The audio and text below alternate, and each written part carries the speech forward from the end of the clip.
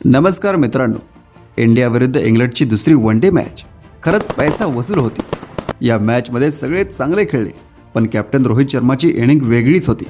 रोहित शर्माने इंग्लंडच्या विरुद्ध शानदार शतक ठोकलं आणि त्यासोबतच काही रेकॉर्ड्सही तोडले। चला तर मग जाणून घेऊया या शतकामध्ये काय खास होतं आणि या शतकाने भारतीय क्रिकेटला काय नवीन दिलं। जर आपण या चॅनलवर नवीन असाल तर आत्ताच व्हिडिओला लाईक करा आणि चॅनलला सबस्क्राईब करा आणि आपल्या मराठी भावाला सपोर्ट करा। तुम्हाला माहीतच आहे, गेल्या काही महिन्यांपासून रोहित शर्मा फार चांगल्या फॉर्ममध्ये नव्हता। रन मिळवणं खूपच अवघड होऊन बसलं होतं, पण जेव्हा हे शतक आलं तेव्हा रोहित शर्माने पुन्हा एकदा सर्वांना दाखवून दिलं की हिटमॅन अजूनही हिटमॅनच आहे। आणि या शतकात त्याने सुरुवातीपासून नुसते धमाके केले। इंग्लंडच्या विरुद्ध 76 बॉल्समध्ये शतक ठोकून तो पुन्हा एकदा क्रिकेटच्या जगतात फटाक्यांप्रमाणे चमकला।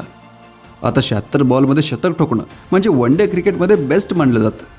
रोहित शर्माच्या करिअरमधील हे दुसरं सर्वात वेगवान शतक आहे। यापूर्वी रोहितने 63 बॉल्समध्ये अफगाणिस्तानच्या विरोधात शतक ठोकलं होतं, पण इंग्लंडसारख्या मोठ्या टीमच्या विरुद्ध असं वेगवान शतक खूपच महत्त्वाचं ठरलं आहे। त्याचबरोबर या शतकामध्ये रोहित शर्माने 7 सिक्सेस ठोकले। हो, 7 सिक्सेस।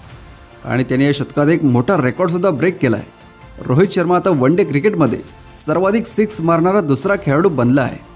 क्रिस गेलचा रेकॉर्ड मागे टाकत रोहितने 332 सिक्सेस मारले आहेत। आता फक्त आफ्रिदी राहिला आहे, त्याच्याजवळ 351 सिक्सेस आहेत।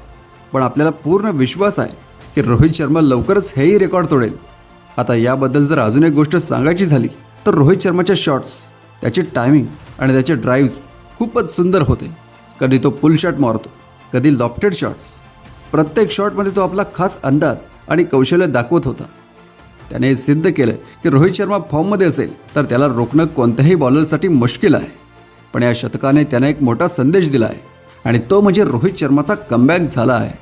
आणि खास करून चॅम्पियन्स ट्रॉफी 2025च्या आधी त्याचं फॉर्ममध्ये असणं टीम इंडियासाठी एक मोठा प्लस पॉईंट आहे। तर मित्रांनो, या शानदार शतकासाठी रोहित शर्माला खूप खूप शुभेच्छा आणि आम्ही आशा करतो की चॅम्पियन्स ट्रॉफी 2025मध्ये तो अशी शानदार कामगिरी करेल।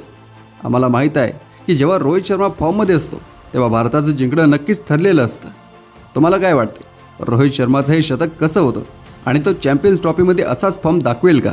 कृपया आम्हाला कमेंट्समध्ये सांगा।